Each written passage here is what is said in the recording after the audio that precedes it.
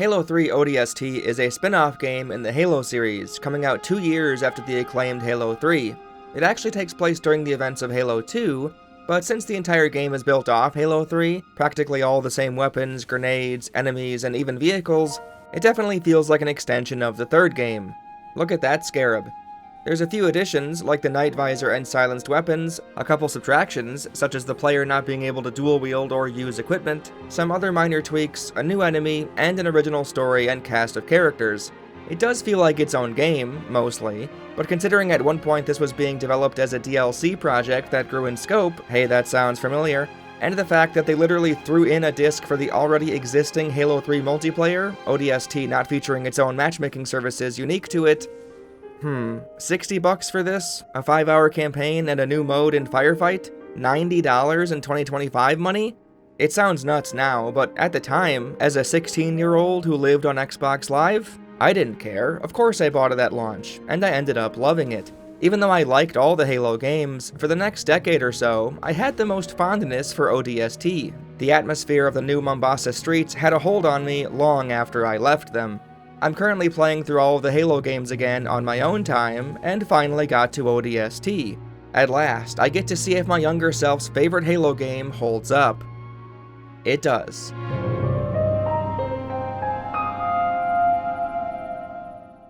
The game's premise is that you're a rookie Orbital Drop Shock Trooper being sent into a mission during the Covenant's invasion of Earth. You're given a quick introduction of the crew you belong to, get a rundown of their personalities and connection to each other, are then sent down in a pod, but the drop goes awry, nobody ending up where they expected. You awake 6 hours after landing to a quiet city night, Covenant patrolling the streets, and your squad nowhere to be seen. With some help from the city's supercomputer AI mayor thing, the superintendent, you'll begin to track down your ODST squad members' movements, finding discarded or destroyed weapons, armor, and other debris that show hints at what happened in the 6 hours you've been unconscious. Interacting with these objects throws the player back in time, seeing the events of the previous 6 hours from the points of view of the other ODST members, advancing in time with each new flashback. The overarching gameplay loop consists of exploring the city streets by your lonesome, hunting down the next piece of the mystery, jumping into a standard but exciting Halo mission, then getting sent back to explore New Mombasa further. A back and forth, quiet and somber as the rookie at night, explosive and action-packed as the other ODST members during the day. It's definitely a unique framing device to tell this story, and is one of the reasons it was such a memorable game for me. The visuals and audio design on the whole are basically the same as Halo 3, which isn't a negative by any means. The jump from Halo 2 to 3 was so significant, and Sierra 117, the forest map of all things, remains fixated in my mind. It's such a gorgeous opening level. It blew me away in 2025 just as it did in 2007. While ODST doesn't showcase the color green quite as much, there's nary a forest to be seen, what it lacks in trees it makes up for in film grain. This isn't something you can turn off in the settings, but I never wanted to. This is meant to be a more gritty looking game, and while many of this era struck out with their attempts to look edgier and darker, ODST got to have its cake and eat it too, as far as I'm concerned. The environments still look sleek, detailed, and are lit in ways to be eye-catching, and even when it looks bright and full of, well, as much color as you'll get in the daytime sections, it retains its rugged charm. Really, where the visuals shine the brightest comes into play during the rookie portions, but we're not there yet. I'd say, for both Halo 3 and ODST, the only thing that makes it obvious that they're 7th generation titles are the character models. Do they look atrocious or anything? No, but it's obviously much easier to please our eyes through vistas and landscapes rather than seeing if this virtual human looks human enough. It's good enough, put on a helmet, let's go to work. The early Halo games have a lot of strengths, but the one most consistent is its audio design, from the voice acting to the music to the sound effects.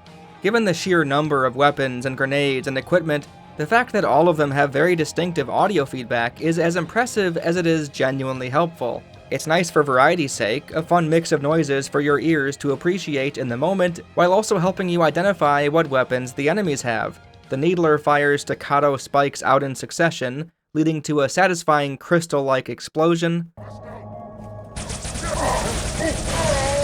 Nice. The Spartan laser charging up, only to blow away anything it touches, even hunters. You malodorous lead-footed Nimrod! The plasma grenade's gentle build-up to a deadly blue detonation. The brute shot with its ceaseless and fierce walloping impacts. The sniper rifle with its loud bang. The beam rifle with its slithering laser click. The bubble shield sounding like an oasis of safety in a desert of war. Since equipment isn't something players can use in ODST like in Halo 3, maybe the shields aren't as much an oasis of safety this time, but a thankful reprieve from the onslaught of the brutes, and perhaps a window of opportunity queue, letting you know how defenseless they are at close range, so you can go in and... These all have such unique sound profiles that I could tell instantly that a mauler was being used in one of the audio logs. Share any of this with you? He had a mauler, I heard it. You got maulered. Are you alright? That's a mauler. I was. While all of that is mostly representative of Halo 3 itself, there's also the ODST's version of the pistol, a silenced variety which sounds nimble and non-threatening, but is one of your best offensive tools for enemies without a shield.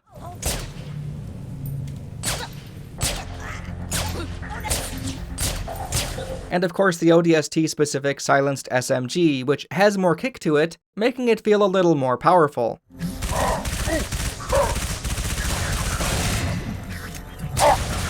The ammo count is too low for its own good, though. On Legendary, even though I love using it and it's meant to be your bread and butter for the nighttime, it's even what a few of the daytime ODSTs start with. It runs out of shots too quickly, the 192 ammo count flying by, you rarely find more ammo, and the brutes are so tanky with their shields. It's best to keep swapping to something new, leaving the silenced SMG mostly in the dust.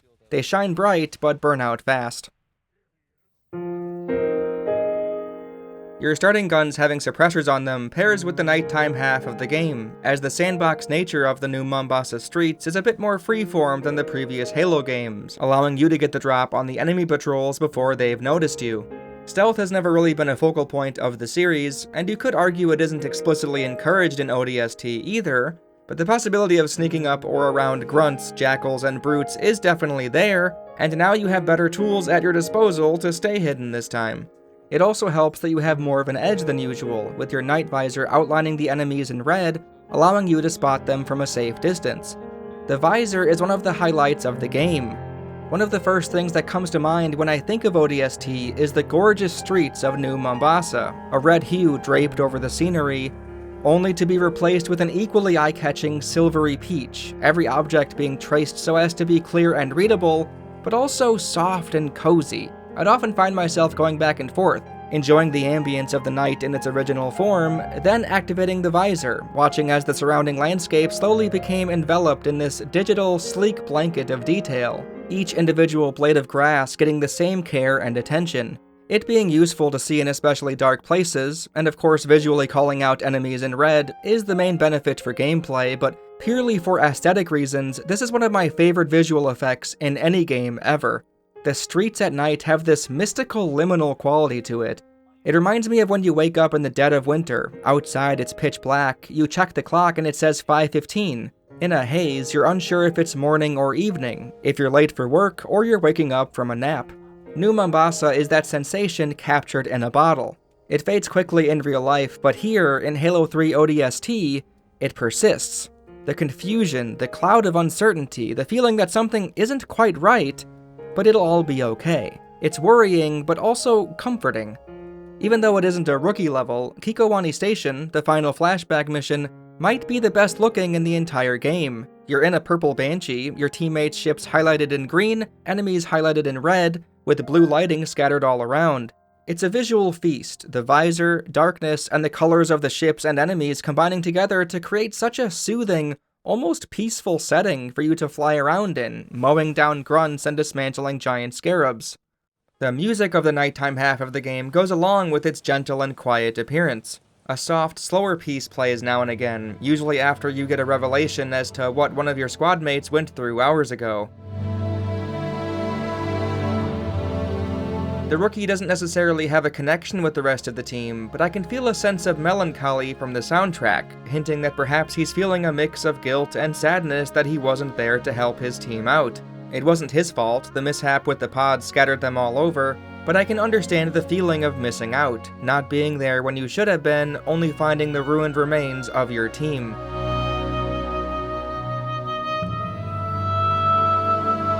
He doesn't get filled in completely. I doubt the superintendent is relaying all the information that we're getting by playing the mission to the rookie right then and there. I think he's just getting the trajectory information. Speaking of the superintendent, there's an open-world collectible of sorts in the rookie portion of ODST in the form of audio logs. Certain payphones or health dispensers and other terminals of the like sometimes get highlighted in yellow, each containing a portion of the game's subplot. Sadie, you're such a bright, beautiful girl. You have no idea how much it pains me when you act so incredibly stupid. I have the gun. Yes, but I have the garbage truck. There's 30 logs in total, and they tell the story of one very important person's journey through the city as the Covenant invasion began. Some are more about kebabs than anything substantial. Get your kebabs to the road! Calm yourself, friend. Stop unking. And have a kebab. Kebab. Go into kebabs. What? Would you like a kebab, young lady? Where the aliens are landing? Take 2 kebabs. The end of the world is nothing to face. Oh. On an empty stomach.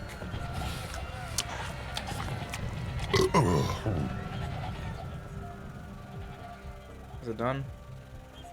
Is it done? Okay.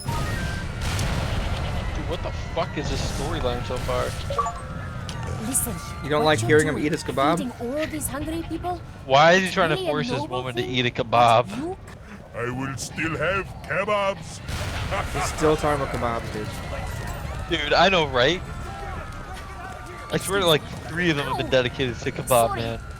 I'll be back soon. But while it might appear like useless fluff at times, it does contain some interesting lore bits, such as us learning about the engineers who sacrificed themselves to disarm the explosives on the engineer we met at the end of the game, the one who merged with Virgil, the superintendent program Sadie's dad made for her, who ends up holding the information the UNSC is looking for. And getting all the audio logs leads to a slightly different sequence in the data hive level. Once you find all 29 of them in the open world streets portion of the game, you learn the real reason of why this cop wanted your help. The superintendent wouldn't let him go deeper into the data center, but since it's trying to get the rookie to meet up with Virgil, it allows you to go through. The cop then tags along for a while, fighting the Covenant with you, using the rookie's clearance to get where he needs to go. If you collected 28 or fewer audio logs, he'll get swarmed by the bugger drones and die. Oh no! They're up here too! Coming out of the damn vents! Get back! No!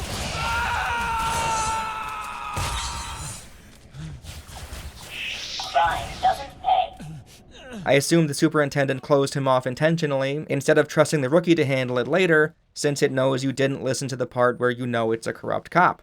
If you collect all 29 though, he survives, and continues to the frozen over data center, where Kinsler killed Sadie's dad.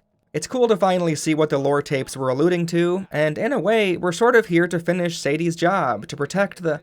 Anyway, enough about that. The cop asks you to wait outside, but you walk in with him, and he reveals too much information. If you were paying attention to the audio logs, you'll recognize the name Kinsler. Kinsler gave me real specific instructions. Make sure the doc's dead and Kinsler? make double Which means this is the corrupt cop we heard about before, and now this little old rookie knows too much. He has to go. Sorry, friend. You know way too much. Nice.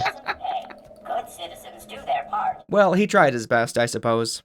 It's a fun inclusion, a nice Easter egg surprise for people who go out of their way to collect all the backstory, and the cutscene when Dare and the rookie meet Virgil the engineer changes too. The rookie knows to whistle at it. Don't shoot.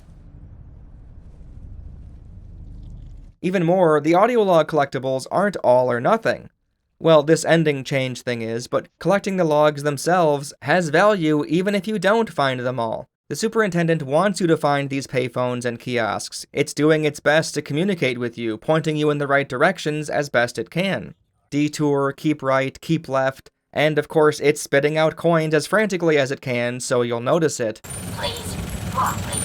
Please collect your tickets. I assume these are the locations Sadie was being recorded going through the events, but even if not, it's still an intrinsically fun interactable object to search for, and once you find enough of them, the city will thank you with supply caches. It'll mark the map where a garage door is now opened, some featuring sniper rifles, some rocket launchers, some mongooses to help you get around the city faster. It's a great 1, 2, 3 punch, a collectible that feels good to grab in and of itself, staggered rewards that aid in combat, and a cumulative finale story moment for completionists.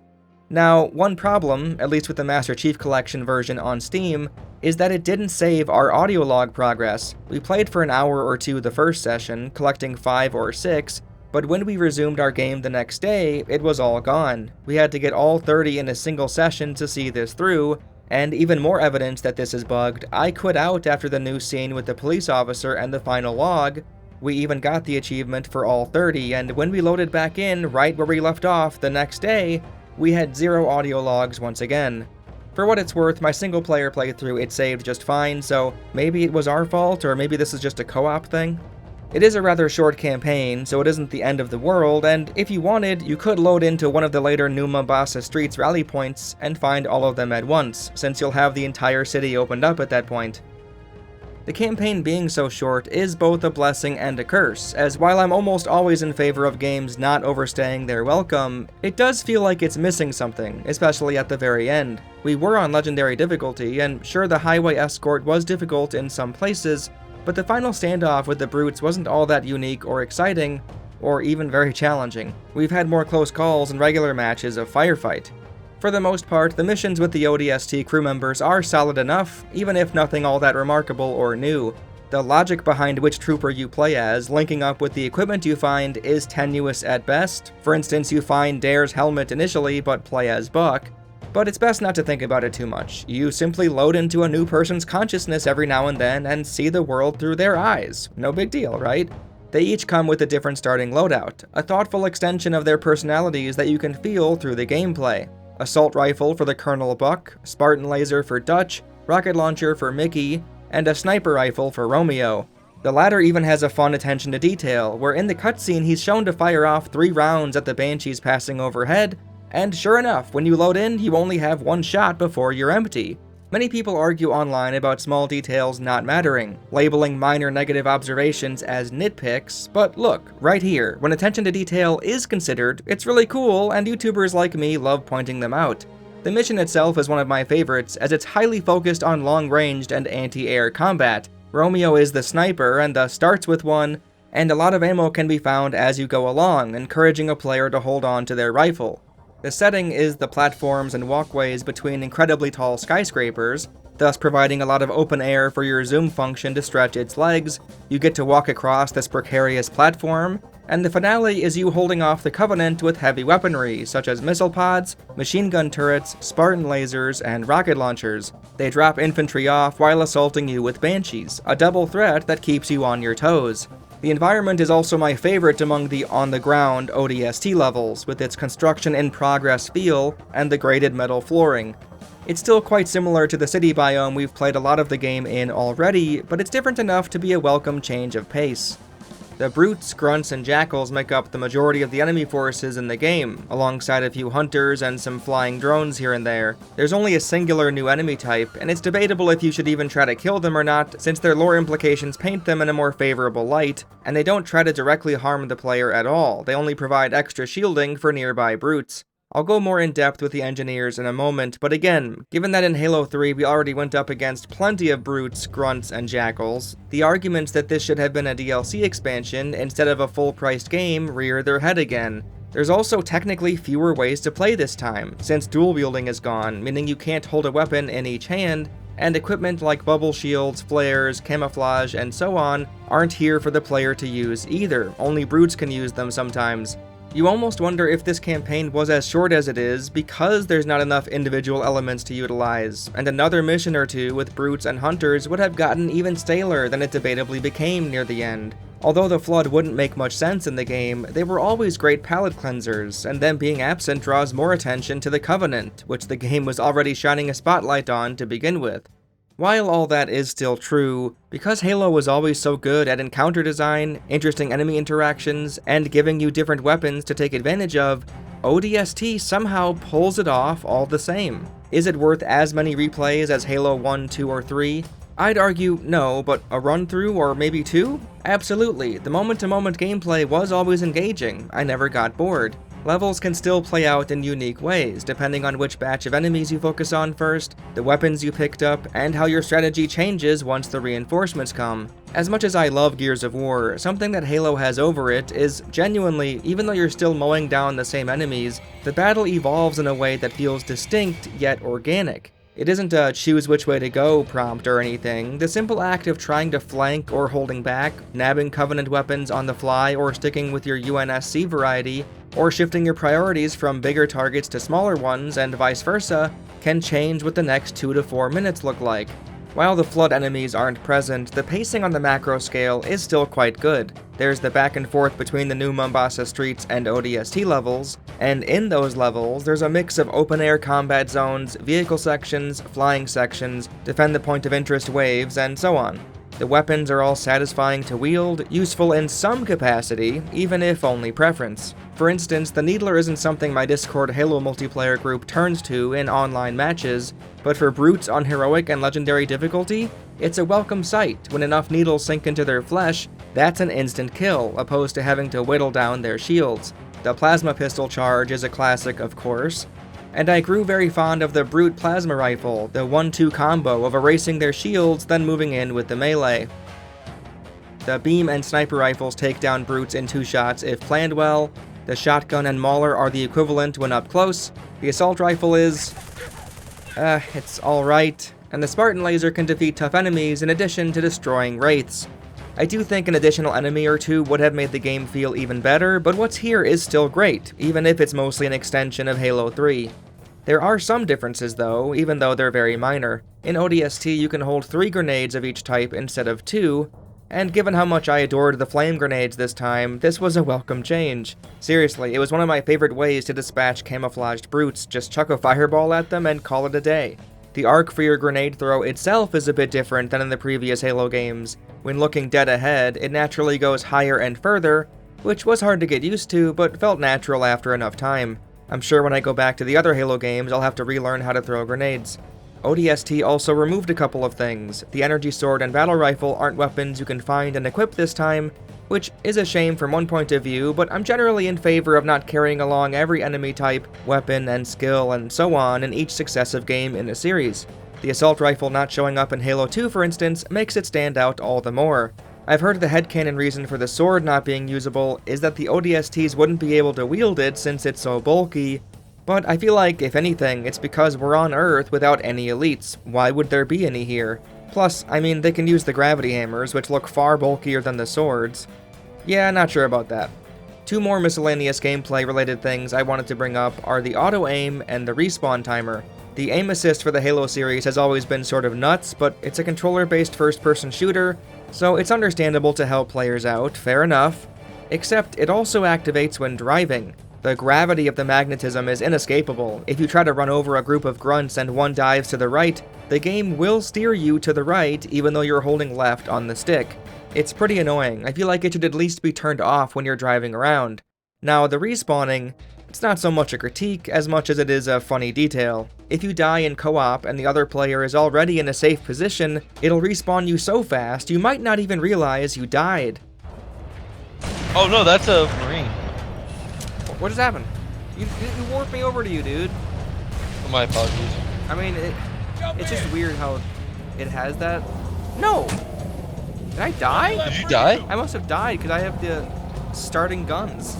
It launches you back into the game so fast that you can unbelievably see your corpse fly away at times. I can see my dead body flying away as I spawn because I spawn so fast. Oh. It's as jarring as it is hilarious.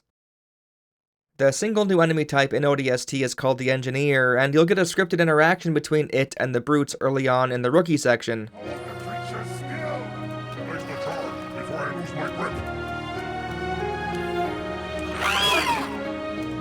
It's armed and ready to explode if any human gets too close. Unstoppable! Fire on them! Give it room! The brutes seem to be using them for their own gains, the engineer not being offensive threats to us, but acting as a buff for the enemy, granting them an extra layer of shielding. They are creatures being exploited. You can even find one area where there's two of them, and they won't attack you at all because they don't do that. They just want to exist. Sadly, even if you try to keep them alive, because the brutes tinkered with them, they self-destruct when the last of the Covenant is defeated in the area, which can even kill you if you're unlucky enough. There's not really a moral dilemma presented in the present tense though, a choice of killing them to make your life easier, or toughing it out with the brutes and their extra shielding, since you don't know the extent of the engineer's innocence yet. Romeo even snipes one in the first mission as Buck without hesitation.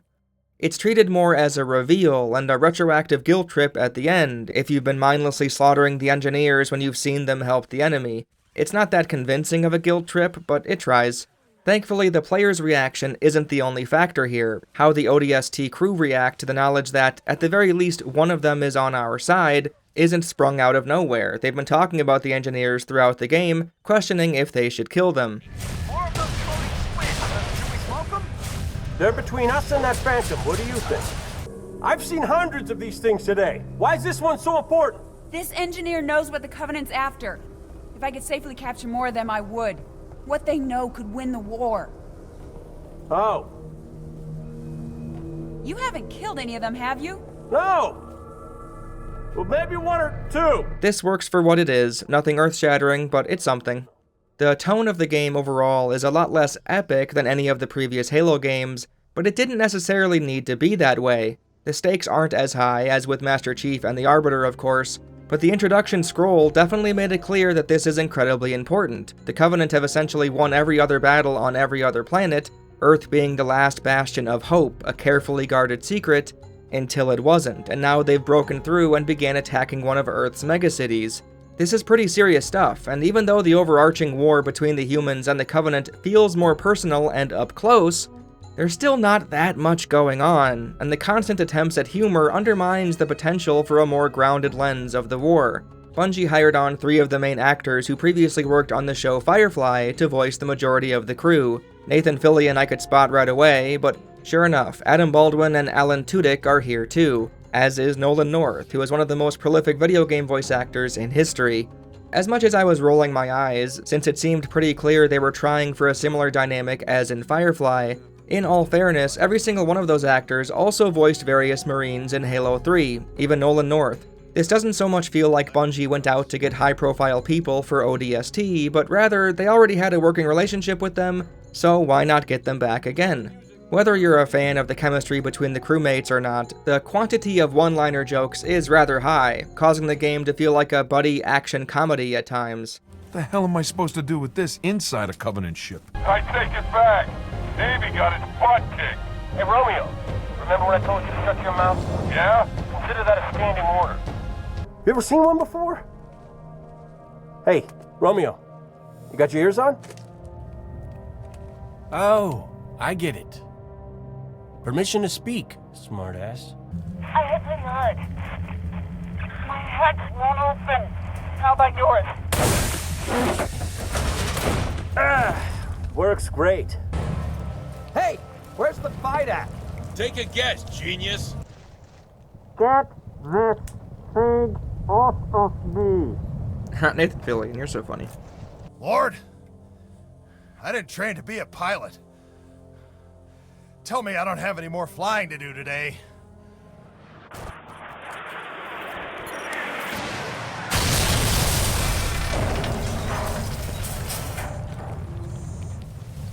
So, was that a yes or a no? Reminds me of my...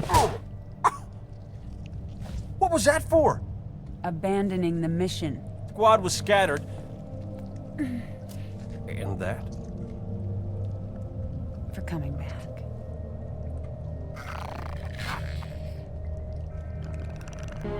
Take my advice, rookie. Never fall for a woman. Make sure she's got balls. It's the same writer as the other Halo games, so this is likely just a case of trying to utilize the talent you have to get the results you want. I don't have any first or second-hand experience with how military personnel speak with each other, but having them joke around and be sarcastic now and then, while also communicating effectively when serious business is underway, sounds about right from where I'm sitting. Do I love it? No, not really, but I know the line between too serious and not serious enough is as fine as piano wire, so the tone shifting a little too far into one or the other is understandable, if a bit disappointing. There is a part of me that thinks they went overboard with the Buck and Dare relationship aspect, since they seemingly only talk about their previous romantic fling, but there's not that much time with Dare in the beginning, so making do with the time they had is fair enough. You could argue the whole misunderstanding thing that stems from Dare not explaining what their mission is a bit ridiculous, but you know what they say, the plot has to happen some way or another.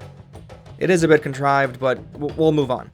That said, not a whole lot happens plot-wise, and all the interesting elements focus around Dare anyway, who's only in the very beginning and at the end, making the middle chunk of the game feel a bit directionless. The drop went bad, everyone got split up, and Dare is nowhere to be found. Since she was the only one with the knowledge of what they were actually doing on this mission in the first place, I guess it's now time to leave? Essentially, the moment you take control of Buck, the plan becomes to regroup and retreat. The first Buck mission is you trying to reconnect with Dare's drop pod, but when you get there, she's gone, presumably killed by this engineer. Romeo and Buck reunite, so at least something was accomplished.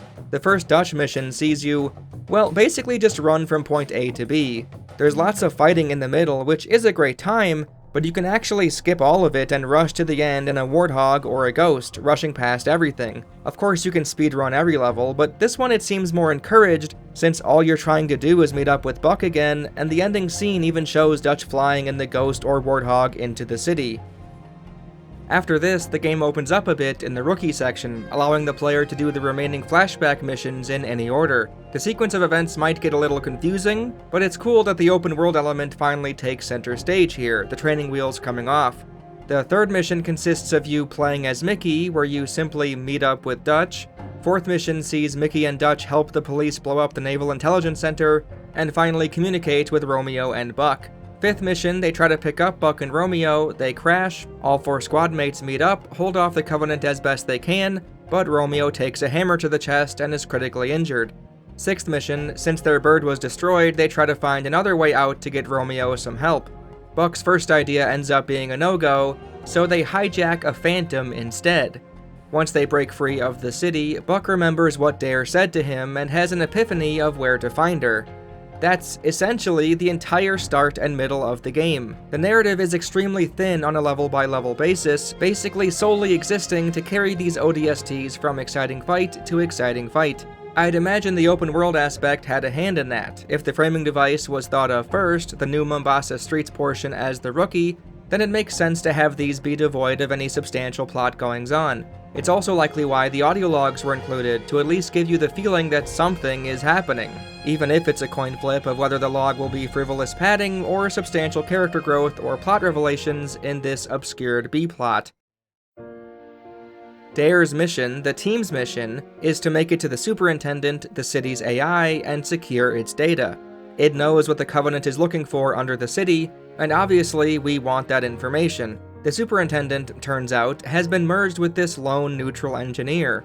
The audio logs from Sadie touch on this, explaining that her dad's AI that he made to watch over her, Virgil, something she resented when she was younger but grew to appreciate as time went on, is now inside this engineer, along with the rest of the city's AI. I think that's the gist of it. I could be getting a couple details wrong. You then have to escort the engineer, and now you get to utilize their overshield buffs for once. This is notable as ODSTs don't naturally have shielding, they have stamina. A slight tweak to the mechanics that doesn't change much in the grand scheme, since our health only goes down when our stamina runs out, so it's functionally identical, and even worse, the shield drain equipment the brutes can throw out still drains the ODST's stamina, so really this is a name change and nothing else. The red dog shit Call of Duty effect when you're on low stamina, and the constant beeping when you're on low health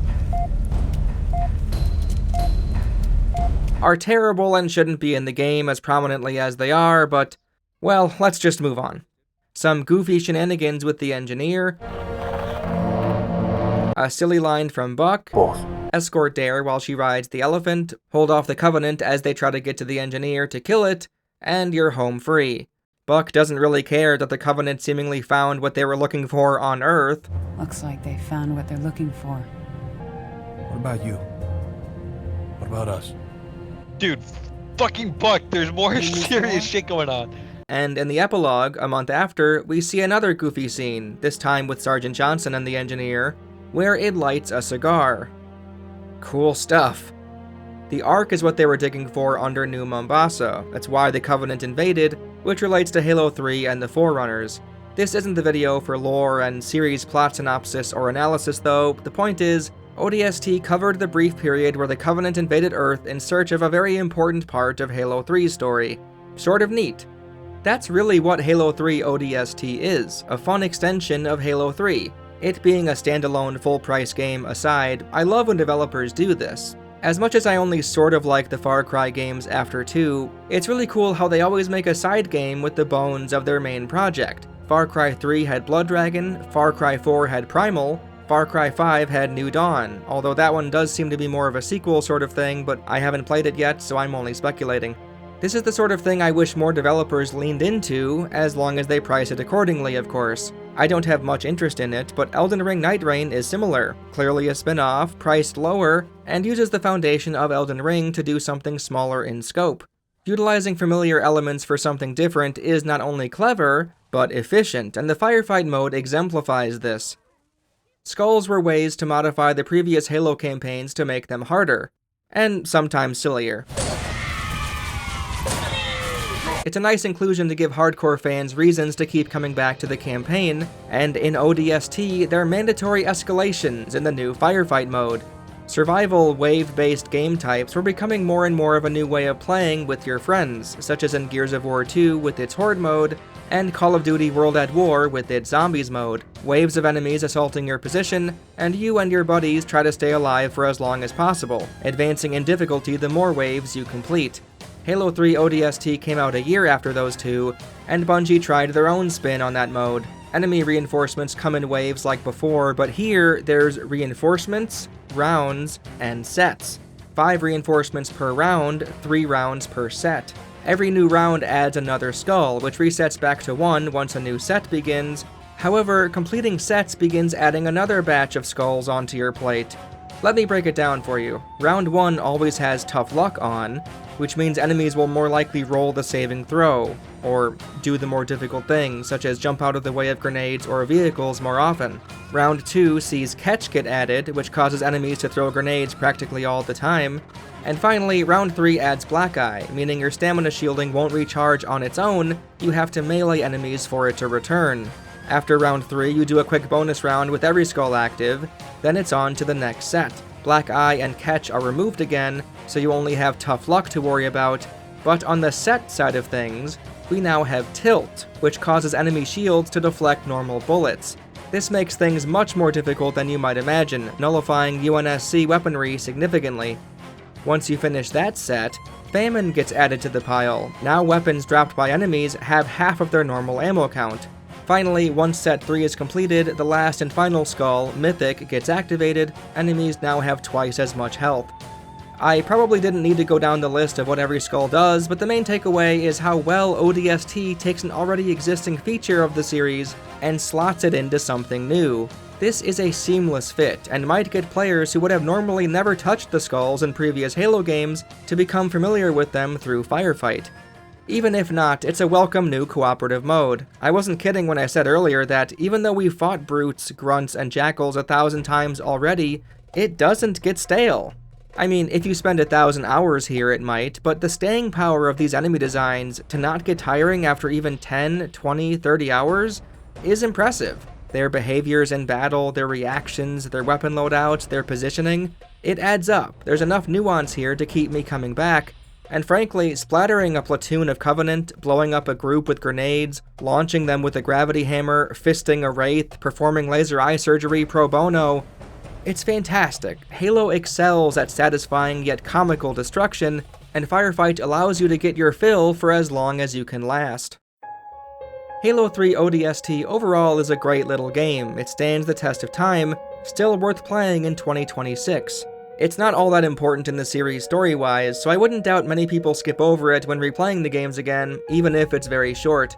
I think it all comes down to how much you appreciate what ODST tries to do with its gimmicks. The open-world rookie sections with the nighttime ambience, the visor mechanic, the silenced weapons, and the patrolling groups of enemies you can sneak up on. The main ODST missions are good for what they are, the Joss Whedon-like writing could appeal to some people, and the core gameplay, weapons, and encounter design is as solid as ever, providing fantastic Halo action as per usual, but the new Mombasa Streets portion really is the selling point. This is why I love the game so much. I'm not usually a vibes guy, but the vibes of ODST are immaculate. They provide me with a wave of nostalgia and introspection. I don't think I'd pick ODST as my favorite Halo game anymore. Halo 3 is just too phenomenal to ignore, but it's still as good as I remembered. A lovely spin-off with an identity of its own. Thanks for watching, folks, and thanks to my patrons who give me money to ruthlessly murder a corrupt cop. And also who give me money to blow a grenade up a grunt's ass. I hope this video caught you off guard, since why on earth would Dorkaxe do a Halo review, right? Let me know if you like ODST as much as I do. And if you liked the video, give me a like and subscribe. Consider giving me money. Or otherwise, my daughter's going nuts downstairs. Alright, have a good one. I'll see you next time. Come here!